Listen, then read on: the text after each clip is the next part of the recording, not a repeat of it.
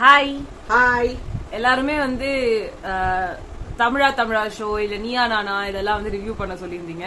So நாங்க ரெண்டுத்தையுமே பார்த்தோம் இன்னைக்கு. ஃபர்ஸ்ட் நாங்க வந்து தமிழாவை சொல்லிட்டு கடைசியில நாங்க நீயா நானாவையும் சொல்லிடலான் இருக்கோம். ஏன்னா ரெண்டுத்திலயுமே ஒரே டாபிக், மாமியார் மருமகள். அதுவும் சொல்லி வச்சு பண்ணிருக்காங்களா என்னன்னு தெரியல. மோஸ்ட்லி அப்படிதான் வருது டாபிக். ஏன்னா அந்த ஒரு வாட்டி ஒரு கான்ட்ரவர்ஷியலான ஒரு எபிசோட் வந்துச்சு. நீயா நானால ஒரு அம்மா அப்பா வந்துட்டு அதே கப்பல் வந்து தமிழாலே வந்தாங்க. அவங்க வந்து அதுல ஒரு மாதிரி பசங்களை நம்மள பாத்துக்கிறது இல்லன்ற மாதிரி சொன்னாங்க. இங்க வந்து பசங்க தான் எங்களை பாத்துக்கிறாங்க, நாங்க சென்னையில இல்ல, நாங்க சென்னையில தான் இருக்கோம் அப்படின்னு என்னமோ சொல்லி பேசி பயங்கர ஆமா, அது வந்து ஒரு பயங்கர கான்ட்ரவர்ஷியலான ஒரு டாபிக்கா போச்சு. சோ அந்த மாதிரி இன்னைக்கு ஏதாவது நடக்குமான்னு பார்த்தா அப்படி எதுவும் நடக்கல. பட் டாபிக்ஸ் ரெண்டு வந்து வேற வேற. இப்போ நீயா நானால டாபிக்கே குடுத்துட்டாங்க, பக்தி அதெல்லாம் வந்து விரும்புற மாமியார், அதை எதிர்க்கிற மருமகள் அப்படின்ட்டு. ஆனா இங்க வந்து நீங்களே டாபிக் சூஸ் பண்ணுங்கன்ற மாதிரி கொடுத்திருந்தாங்க. அதை விட என்னமோ எனக்கு இது கொஞ்சம் இன்ட்ரெஸ்டிங்கா இருந்த மாதிரி இருந்தது. நிறைய வித்தியாசமான கதைகள் எல்லாம் தெரிய வந்துச்சு. சோ அதுல ஒரு சின்ன இதுதான் வந்து நம்ம பார்க்கலாம். சோ இங்க நிறைய வித்தியாசமான மாமியார்கள் வந்து நம்மளுக்கு காண கிடைச்சாங்க. அதுல வந்து ஒரு விதமான மாமியார் வந்து நான் எல்லாத்துக்கும் ஒரு சின்ன பேர் எழுதிட்டேன். ஒன்னு வந்து ஹிட்லர் மாமியார். சோ ஹிட்லர் மாமியார் வந்து இவங்களை பத்தின கதை ஃபுல்லா வரும்போது எனக்கே ஒரு மாதிரி இருந்துச்சு. எனக்கு தெரிஞ்சு அடுத்து பிஹைண்ட் வுட்ஸ், கலாட்டா எல்லாத்துலயும் வந்து இந்த மாமியார் தான் கூப்பிடுவாங்கன்னு நினைக்கிறேன். நீ நம்ம நினைக்கிறேன் கண்டிப்பா. ஏன்னா வந்துட்டு டெரரான மாமியார் மட்டும் இல்ல, அவங்க வந்து ஒரு மாதிரி என்ன சொல்றது, எந்த விதமான சென்டிமெண்ட்ஸும் இல்லாத ஒரு லேடி மாதிரி தெரிஞ்சாங்க. மேபி அவங்களோட நேச்சர் அப்படியா என்னன்னு தெரியல. அவங்க சொன்னதெல்லாம், அவங்க மருமகள் சொன்ன குற்றச்சாட்டுலாம் எனக்கு ஞாபகம் இல்லைன்னு வேற சொன்னாங்க. உண்மை என்னன்னா, அந்த மருமகள் வந்து சொன்னது வந்து 2-3 விஷயங்கள் ரொம்ப கஷ்டமா இருந்தது. அவங்களோட வளகாப்பு அப்போ வந்து பார்த்தோன்னா அவங்க கிழிஞ்ச புடவையை கட்டிக்கிட்டு வெளியில போய் உட்காந்துக்கிட்டாங்க அப்படின்னு ஒன்று சொன்னாங்க. 2வது விஷயம் பார்த்தோன்னா, அவங்களோட ஃபர்ஸ்ட் குழந்தைய தூக்கிட்டு உள்ள வரும்போது என் குழந்தைக்கு ஆரத்தியே எடுக்கல, எனக்கு அது சம்சாரம் படம் பார்க்கும்போது எனக்கு அது தோணும் அப்படின்னாங்க. 3வது சொன்னது எல்லாத்தையும் அது ஏன் எடுக்கலான்றது இருக்கு. இவங்களோட நாத்தனார் வந்து இவங்களுக்கு ஏதோ மதுரையில அது வந்து பாத்துட்டு வந்ததுக்கு சொன்ன கோச்சிக்கிட்டாங்கன்னு சொன்னாங்க. அது கோவத்தை மனசுல வச்சுட்டுதான் உள்ள ஆரத்தியே எடுக்கல. பட் தெரியல அது. இது 2வது ஒரு குழந்தை பிறந்தது. அது வந்து இவங்க ஃபர்ஸ்ட் குழந்தை வந்து 25 இயர்ஸ் முன்னாடின்றாங்க. 2வது குழந்தை வந்து 21 இயர்ஸ் முன்னாடியா. அந்த குழந்தை என்னன்னா அதுவும் பொன் குழந்தையா பிறந்துடுச்சு. அப்ப முதல் குழந்தையும் பொன் குழந்தை போலக்கு, 2வது பொண்ணும் பொன் குழந்தையா பிறந்துருச்சு. 2வது குழந்தையும் அதுவும் இல்லாம அது கருப்பா பிறந்துருச்சு அப்படின்றதுனால அது காக்காக்கு பதில் காக்குன்னு கூப்பிட்டாங்களாம். அதுக்கு ஒரு ரீசனிங் வந்து என் பெரியதோ சேர்த்து கூப்பிடுறேன், என்னோட பேரையும் எங்க வீட்டுக்கார பேரையும் சேர்த்து கூப்பிடுறேன்னு சொல்லி. மாமனாருக்கு அவங்கள பிடிக்கல போல இருக்கு அந்த குழந்தைய. என்னென்னமோ சொல்லி 2வது பொண்ணா பிறந்தது பிடிக்கலாம், இவங்களுக்கு கருப்பா பிறந்தது பிடிக்கலாம். சோ இப்ப என்ன சொல்றாங்க, அந்த குழந்தைய காக்கான்னு சொல்றதுக்கு பதில் காக்குன்னு சொல்லிருக்கேன். கேட்டா என் பேத்தி இவங்கள வேணா நான் கிண்டல் பண்ணக்கூடாது, என் பேத்தியை நான் ஏன் கிண்டல் பண்ணக்கூடாது அப்படின்னு ஒரு கதையை சொல்றாங்க. யாரா இருந்தாலும் அந்த வார்த்தையை சொல்றது எவ்வளவு ஒரு கொடுமையான இதுன்னு அவங்களுக்கு புரியல. இப்ப கூட அவங்க புரிஞ்சுக்கல. அது ஒரு மாதிரி தான் இருந்தது. அப்புறமா வந்து அந்த ஹிட்லர் மாமியார் வந்து இன்னொன்னு சொன்னாங்க, நான்லாம் அடிச்சா கூட அவ வாங்கிப்பா, இப்ப நல்லா 100 மாமியார் மருமகள் ஆயிட்டாவ அப்படின்னு. எல்லாமே 0 வந்தாங்க, நான் 100 மாத்திட்டேன், எல்லாம் ஏன் ட்ரைனிங் தான் அப்படின்னாங்க. அவங்களும் அவங்க ஒத்துக்கிட்டாங்க. அவங்க மருமக, ஆமா நான் ஒண்ணுமே தெரியாம தான் வந்தேன், எங்க மாமியார் தான் எல்லாமே எனக்கு சொல்லி கொடுத்தாங்க. அடுத்தது வந்து அதே மாதிரி ஒரு எது ஃபங்க்ஷன்லாம் இருக்கு அப்படின்னா கூட, நான் வட மாநிலத்துல இருந்தேன், எனக்கு இதெல்லாம் வந்து தெரியாது, அங்கதான் இதெல்லாம் ரொம்ப ஜாஸ்தி. ஆனா கூட வந்து காலில் விழுந்துடுறதும், அங்க எதுக்கு எடுத்தாலும் ஆர்த்தி, ஏதோ தப்பிக்கிறாங்க. எனக்கு மறந்துருச்சுன்னு ஈஸியா போயிட்டாங்க. நெக்ஸ்ட் வந்து நான் வேற என்ன பண்ணேன் அப்படின்னு ஒரு மாமியார் இருந்தாங்க. இருக்கிறதுலே ரொம்ப பாவமான மாமியார் அவங்க தான் நினைக்கிறேன். அதுக்கு அவங்களோட மருமகளே ஒரு பேர் சொல்றாங்க, சுறுசுறுப்பான மாமியாரும் சோம்பேறி மருமகளும் வேணா டாபிக் வச்சுக்கோங்க, ஏன்னா நான் ரொம்ப சோம்பேறியா இருப்பேன் அப்படின்னு. ராத்திரி 11-12 ஆயிடும் சார் நான் தூங்கறதுக்குனாங்க. அப்படின்னாமா பண்ணுவீங்கன்னா நாங்க ரீல்ஸ் போடுவோம் சார் அப்படின்னாங்க. ஓ அப்படின்னு காலைல 8 மணிக்கா எழுந்து இப்படி வந்துட்டு இப்படி பாத்துட்டு காஃபி கொடுத்தாங்கன்னா குடிச்சிட்டு போய் படுத்துன்னு தூங்கிடுவாங்க. அதை பார்த்தனா அவங்களுக்கு இட்லி பிடிக்காது, பொங்கல் பிடிக்காது, எதுவுமே பிடிக்காது, தோசை மட்டும் தான் பிடிக்கும், செஞ்சு தரணும். சாப்பாட்டுலயும் சோம்பேறித்தனம். அவங்க நான் இதை போய் பேசுறதுலயும் அவங்க சோம்பேறித்தனமா தான் பேசுறாங்க. கேட்டா எனக்கு ஃபாஸ்டா பேச வராது சார், இல்ல நான் கேரளா அப்படின்னாங்க. இல்ல அதுல வேற அவங்க சொல்றாங்க, என் பையன்கிட்ட சொன்னா இது லவ் மேரேஜ்ன்றாங்க. சோ அதனால அவகிட்ட சொன்னா அவங்க எங்கன்னா கோச்சிட்டு போயிட போறா, அவங்க அம்மாட்ட சொன்னா இவங்க வந்து மாமியார் கொடுமை பண்றாங்கன்னு சொல்லிட போறாங்க. நான் வேற என்ன சார் பண்றது, நான் என்ன சார். ரொம்ப பாவமா இருந்தாங்க.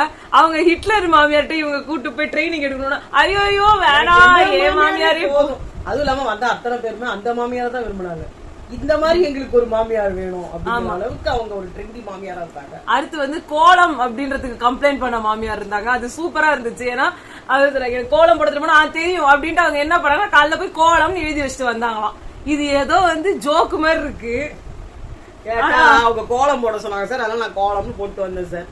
எல்லாரும் ஒண்ணு பண்ணா நம்ம ஒண்ணு புதுசா பண்ணணும்ல அப்படின்னு. நான் இங்க ஒருத்தி புதுசா வந்திருக்கேன்னு எல்லாருக்கும் தெரியணும்ல அப்படின்றதுக்காக பண்றேன்னு சொன்னாங்க. அது என்னன்னு தெரியல. நெக்ஸ்ட் வந்து லாரி ஓட்டுறதுக்கு வந்து இருக்க அந்த பயங்கரமான ட்ரெண்ட் செட்டரா இருந்தாங்க அவங்க. செம்ம மாமியார் சூப்பர், அந்த மருமகளும் சூப்பர். அந்த மாமியார் திருப்பி குறைதான் சொன்னாங்க, எந்த வேலையும் செய்ய மாட்டா, எதுவும் செய்ய மாட்டா, எதுவும் பண்ண மாட்டா அப்படின்னு திக்கிட்டே இருந்தாங்க. லாஸ்டா பார்த்தா உங்க பையன் உங்க பொண்ணு மருமக என்ன பண்ற, நீங்க என்ன பண்றீங்கன்னா, நான் லாரி ஓட்டிட்டு வருவேன் சார் அப்படின்னாங்க. லாரி ஓட்டிட்டு வருவேன், ஆமா சார் நானும் எங்க வீட்டுக்காரர் லாரி ஓட்டுறோம். அது மட்டும் இல்ல, எங்க எவ்வளவு தூரமா போயிருக்கீங்க, நாங்க டெல்லி வரைக்கும் போயிருக்கோம் சார் அப்படின்னாங்க. பயங்கரமா இருந்தது.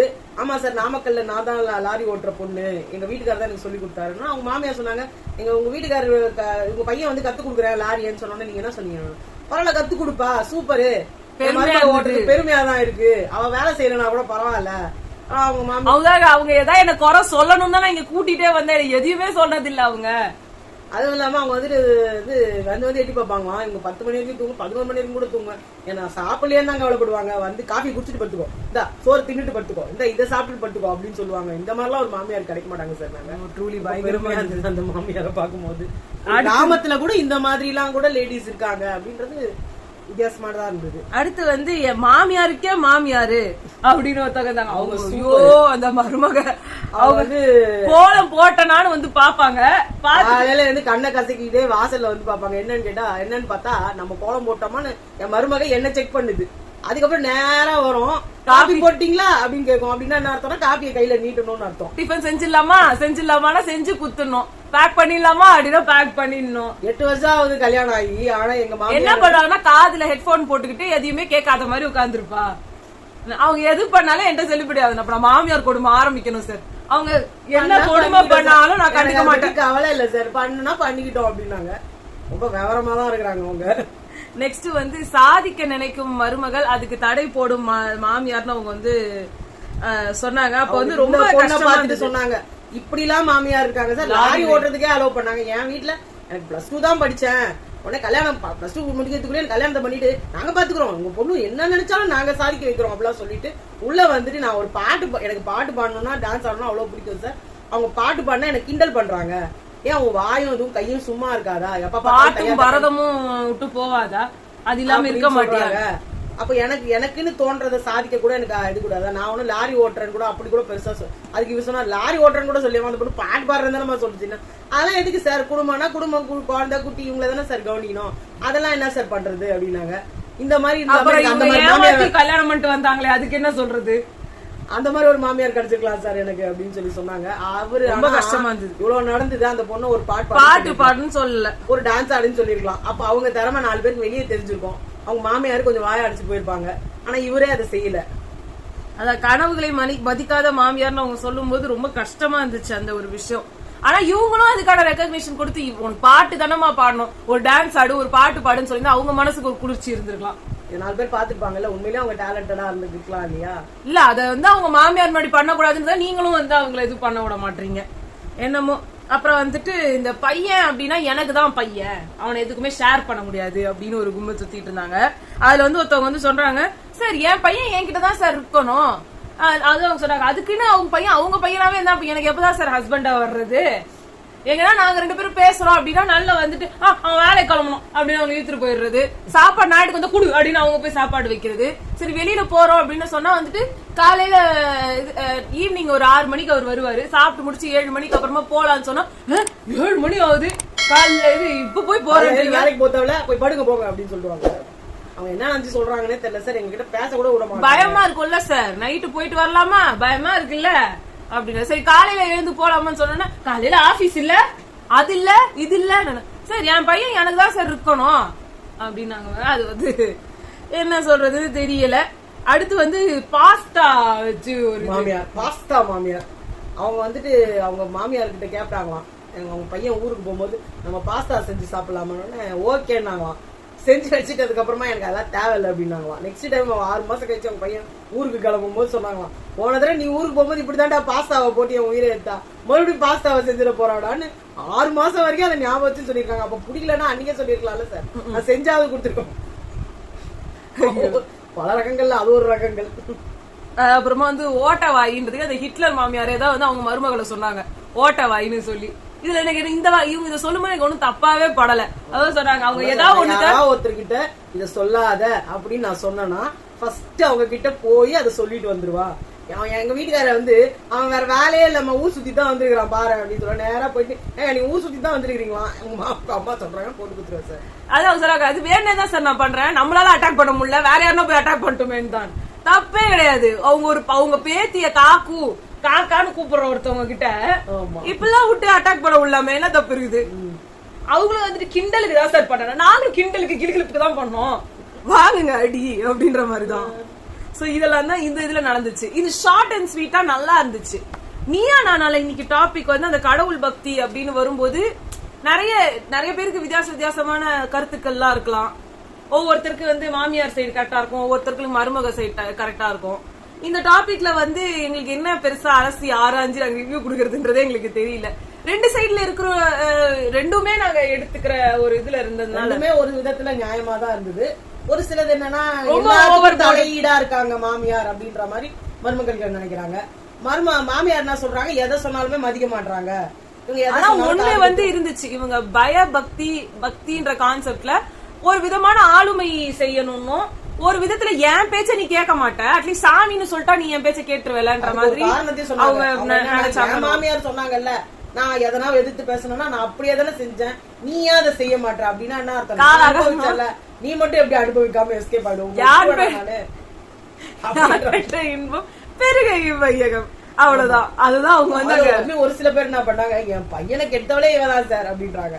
அவங்க பையனை இவங்க எனக்கு ரொம்ப வந்து புரியாத கான்செப்ட் இந்த நடுவுல அந்த பையன் கேரக்டர் தான். எது எடுத்தாலும் நீங்க 2 பேரும் பாத்துக்கோங்க, நீங்க 2 பேரும் அடிச்சுக்கோங்க, நீங்க 2 பேரும் அதான் வந்து கோபி சார் அழகா சொல்லியிருந்தாரு. இப்போ அவரு வந்து சர்ச்சுக்கு போக மாட்டாங்க. ஆமா சார், இவன் வந்து அவன் வருவான் சார், அதான் சொன்னாங்க. அவரு கூப்பிட்டு கேட்டாங்களே, இல்ல அதுவும் சொன்னாங்க சின்ன வயசுல இருந்து புரியாது சார் போறதுக்கு, அதான் அவளே சொல்றோம் நம்ப மாட்டேன் சார். இல்ல அதுதான் இஷ்டம் இல்லாம போறான்னா அதுதான் அந்த மருமக கிட்ட போய் சொன்னாங்க, அவர் வந்து உங்களுக்கு இஷ்டம் இருக்கா இல்லையான்றது நீங்களே அடிச்சுக்கோங்கன்ட்டு. நீங்க அவங்களுக்காக பேசணும்னு, ஆமா நான் பேச மாட்டேன், நீங்களே அடிச்சுக்கோங்க, உங்க புள்ள வந்தா வரட்டும் வராட்டி போட்டோம். வந்து சின்ன வயசுல இருந்து இவளை வந்து கம்பல் பண்றாங்களா சொல்ல சொல்லுங்க சார், இவளை ஏன் கம்பல் பண்ணிட்டு நான் அவங்க கிட்ட கேக்குறேன்னு அப்படி போட்டாரு. இப்ப அவங்க அம்மாக்கு வந்து நான் ஆயிடுச்சு, அம்மா பக்கமும் வந்து அங்க வந்து இங்க ஒரு குத்து அந்த பொண்டாட்டி பக்கம். அவர் என்ன சொல்றாரு, என் வைஃபை ஏன் கூட்டிட்டு போறீங்க நான் கேட்கணும்னு சொன்னாங்கன்னா அதை ஒரு மாதிரி கேட்டு நான் விட்டுறேன். அதுவும் என்கிட்ட நீங்க பண்ணாதீங்க போய் போ, நான் இஷ்டம் போல. அது என்ன சொல்றாங்க, சின்ன வயசுல தான் வருவான் சார், வந்துதான் சார் கெட்டு விட்டான்ட்டாங்க. அவர் இவதான் சார் திருத்தணும் வீட்டுக்கு வந்திருக்கிறேன்னு அவங்க சொல்றாங்க. நாங்க என்ன பண்றது? இந்த மாதிரி நிறைய அதாவது சில மாமியார்கள்லாம் வந்துட்டு என்னன்னா, அவ இதெல்லாம் எங்க கிட்ட இதா இருந்தாலும் சில விஷயங்களை இப்ப எப்பயுமே சாப்பிடும் போது வந்து அவங்கதான் சாப்பிடுவாங்க, நம்ம பரிமாறுவோம். இப்ப வந்து ஏன் நீங்க பரிமாறீங்க, உட்காருங்க எல்லாம் சேர்ந்து சாப்பிடலாம் அப்படின்னு சொல்லும் போது நம்மளுக்கே அப்படியே சந்தோஷமா இருக்கும். ஆஹா நம்மளால சொல்ல முடியல, நம்ம மருமக சொல்லிட்டாலும். நாங்க வந்து சாமிக்காக படையல் போடுவோம், படையல் போட்ட சாப்பாட்டை பொண்ணுங்க சாப்பிடக்கூடாதுன்னு எங்க மாமியார்ல இருந்து சொல்லி வச்சிருக்காங்க. அதனால நான் அவளை சாப்பிட விட மாட்டேன், என் பையனையோ இல்ல எங்க வீட்டுக்காரையோ சாப்பிட விடுவேன் அப்படின்னாங்க. அதுக்கு அவங்க சொன்னாங்க, அது என்னது இது, அவ்வளவு வேலையும் நம்ம தானே செய்யறோம், சாப்பிடறதுக்கு மட்டும் நமக்கு உரிமை இல்லையா அப்படின்னு அவங்க கேட்டாங்க. அப்பதான் அவங்க சொன்னாங்க சாப்பிடக்கூடாது அப்படின்ட்டு. அப்புறமா ஆனா எனக்கும் அந்த கேள்வி இருந்தது, ஆனா கேட்க முடியல. இவங்களால நிறைய கேள்விகளுக்கு வந்து இவங்களால பதில் கண்டுபிடிக்க முடியல. அதே கேள்வி இன்னொருத்தவங்களுக்கு வருமா, அவங்களுக்கு இது வந்து ஒரு செயின் ரியாக்ஷன். அவங்களுக்கு நியாயமா தான் படுது அவங்க மருமகள் கேட்கும் போது.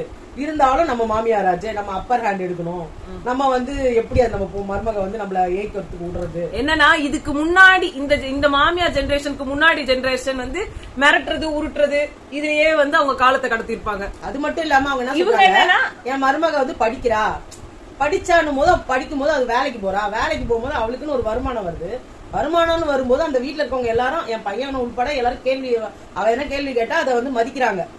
இப்ப எங்களுக்கு எல்லாம் அந்த வருமானம் கிடையாது, எங்களுக்கு படிப்பும் பெரிய படிப்பு கிடையாது. இவங்களால ஆளுமைன்றது பண்ண முடிஞ்சது அந்த பூஜை விஷயம் வந்து ஒரு சில நேரம் வந்து அவங்களுக்கு பிடிச்சிருக்கு, பரவாயில்ல இந்த விஷயத்தெல்லாம் அவ கேக்குறான்னு. ஆனா ஒரு சில விஷயத்த தன்னோட பையனையே அவன் மிஞ்சி போகும்போது இவங்களால அதை டாலரேட் பண்ணிக்க முடியல. என் பையனை நீ எப்படி கேள்வி கேட்கலாம்? ஏன்னா இது நிறைய வீட்டுல நடக்கிறது தான். இன்னும் கேட்டா நிறைய வீட்டுல மருமகளுங்க வந்து எக்கச்சக்கமா சம்பாதிக்கிறாங்க, பையனுங்களுக்கு அந்த பாதி கூட சம்பளம் இருக்காது. ஆனா அங்க கூட மருமக வந்து வேலைக்கு போகணும் வரணும், வாயை மூடிட்டு இருக்கணும், ஒரு வார்த்தை கூட கேட்க கூடாதுன்னு சொல்லுவாங்க. கேட்டா என்னன்னா அது எப்படி நீ என் பையனை வந்து நீ வந்து டாமினேட் பண்ணலாம் அப்படின்வாங்க. அவங்களுக்கு என்னன்னா என்னைக்குமா அவங்க பையன் தான் டாமினேட். அதே அவங்க வீட்டுல வந்து ஒரு பொண்ணு இருந்துச்சுன்னு வச்சுக்கோங்க, அந்த பொண்ணு வந்து டாமினேட்டரா இருக்கணும்னு அப்ப நினைப்பாங்க. என் மருமகனை இவ தான் தட்டி வைக்கணும் அப்படின்னு நினைப்பாங்க. இது வந்து மாமியார் மருமகள் இது கடைசி வரைக்கும் இருக்க போறது, என்னைக்கு இது மாற போறது இல்லை. இது என்னன்னா அவங்கவுங்க மாமியார் மருமகளா இருக்கிறதே பெரிய விஷயம். நிறைய வீட்டுல புருஷன் பொண்டாட்டி அவங்க குழந்தைங்களோட தான் இருக்காங்க. அந்த விதத்துல பார்க்கும்போது இந்த ஃபேமிலி எல்லாம் பெருமையா தான் இருக்குது. அட்லீஸ்ட் அவங்க கூட்டு குடும்பமாவது ஒன்னா வாழறாங்களேன்னு சொல்லிட்டு. சோ இதுதான் வந்து இன்னைக்கு நடந்த ஒரு இதெல்லாம் 2 இதையும் சேர்த்து நாங்க இப்ப சொல்லிட்டோம். பட் எங்களுக்கு ரொம்ப பிடிச்ச எபிசோட்னா அது வந்து அந்த ஜீ தமிழோட தமிழா ஷோ தான். இந்த வாரத்துக்கு நல்லா இருந்துச்சு, எப்பயுமே எல்லாம் சொல்லிட முடியாது. இந்த வாரம் இது நல்லா இருந்தது. நிறைய வாட்டி தமிழா கிரிஞ்சு கண்டென்ட் நிறைய வரும். இந்த ஐஸ்கிரீமை குத்தி குத்தி சாப்பிட்டேன்னு ஒருத்தவங்க வந்தாங்களே, அவங்க வந்து ஃபேமஸ் பண்ணி விட்ட மாதிரி நிறைய இந்த மாதிரிலாம் கூட வரும். பட் இந்த மாதிரி கண்டென்ட்லாமும் வந்து இதுலதான் நிறைய ஜாஸ்தி. இன்னைக்கு நல்லா இருந்துச்சு. சோ அடுத்து உங்களை நாங்க வந்து அடுத்த ஒரு ஏதோ ஒரு மூவி ரிவ்யூ இல்ல அந்த மாதிரி ஏதாவது ஒன்று மீட் பண்றோம். பாய்.